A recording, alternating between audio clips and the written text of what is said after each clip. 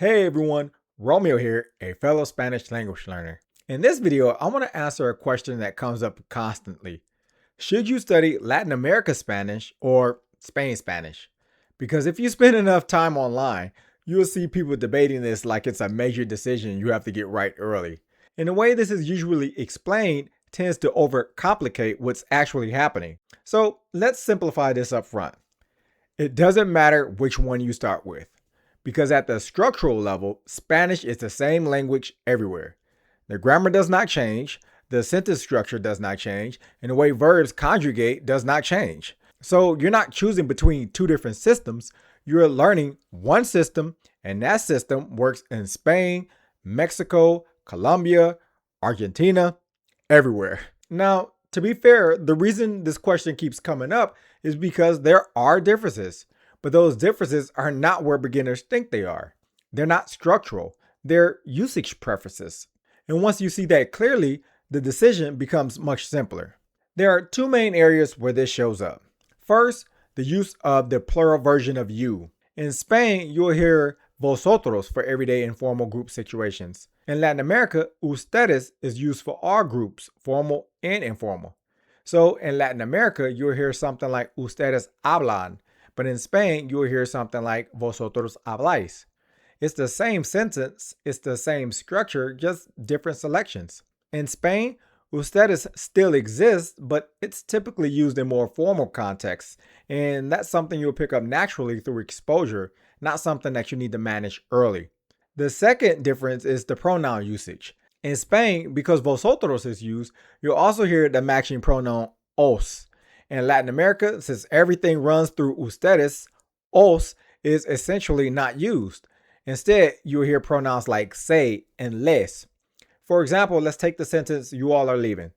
In Spain, you'll hear vosotros os vais. But in Latin America, you'll hear ustedes se van. Or another sentence, I give you all the book. In Spain, you'll hear os doy el libro. But in Latin America, you'll hear les doy el libro. Again, nothing about the structure changed. You're still conjugating the verb, you're still using pronouns, and you're building the same sentence. You're just selecting the set of forms that matches vosotros or ustedes. Now, there are some pronunciation differences. In most of Spain, you'll hear a TH sound for the letters Z and C. So for example, in Latin America, gracias is gracias, but in Spain, gracias is gracias. Or in most of Latin America, zapato is zapato. But in Spain, zapato is usually zapato. It's the same word, it's the same structure, it's just a different accent. So now go back to the original question. Which one should you study? Once you understand that all of these differences are just variations on the same system, the answer becomes start with whatever version you're most exposed to, or don't worry about it, because this is not a communication problem. If you learn ustedes, you'll be understood in Spain. If you learn vosotros, you'll be understood in Latin America. Spanish speakers already understand both. If you live in the United States, this becomes even simpler. Most Spanish in the United States that you will hear is influenced by Latin America. So naturally, your exposure will lean towards ustedes and not vosotros. But again, that's exposure, not a different system. You'll also hear things like, I'm learning Dominican Spanish, or I'm learning Cuban Spanish. At a structural level, that's not a real distinction. Think about the United States. Depending on where you are, people say soda, or pop, or soda pop, or even Coke for everything that describes a drink. It's the same language, it's the same structure, it's just different habits. Spanish works the same way. So when someone says Dominican Spanish or Cuban Spanish, most of the time they're just talking about pronunciation, rhythm, or local vocabulary. It's not a different system that you need to learn. So here's what actually matters for you as a learner. If you don't yet control the present tense, the past tense, or the basic sentence formations, then choosing between Spain Spanish and Latin American Spanish is not your bottleneck. The real bottleneck is, can you produce a sentence at all?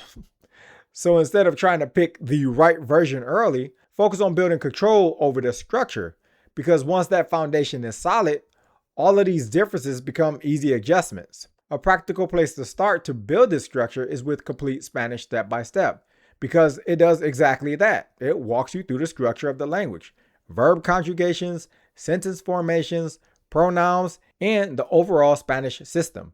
And yes, it includes vosotros. So even if your focus is Spanish used mostly in Spain, you don't need a completely different foundation. You just need to pay more attention to those forms when they are taught in the book, and then use the Spain forms when completing the exercises. And if your focus is Latin American Spanish, you can still understand vosotros without making it the center of your practice. That's the practical answer. Build the structure first, then let exposure shape your regional preference. So, to summarize, there is no separate Latin America Spanish system. There is no separate Spain Spanish system. There is one structure. And once you understand that structure, everything else becomes exposure, repetition, and small adjustments in usage.